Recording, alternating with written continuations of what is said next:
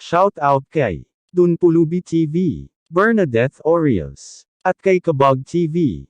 Kung gusto mong magpa-shout out, comment lang kayo. Hello guys, welcome back to my channel. This is your Junray PH.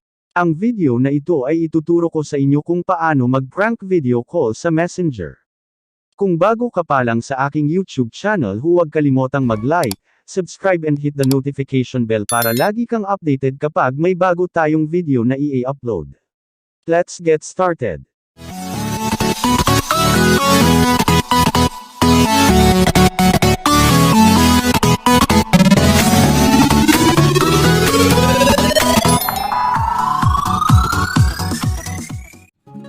Bago tayo mag-prank call, dapat mayroon po tayong video katulad nito.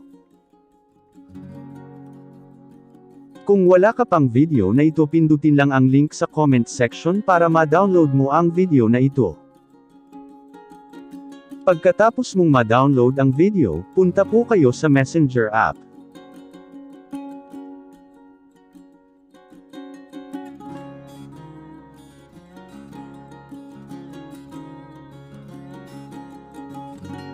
Pili ka lang ng friends or pamilya mo na i-prank mo.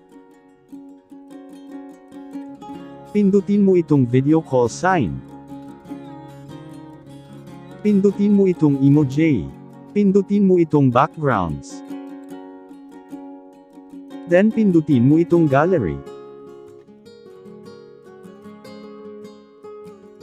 Piliin mo yung video na na-download mo.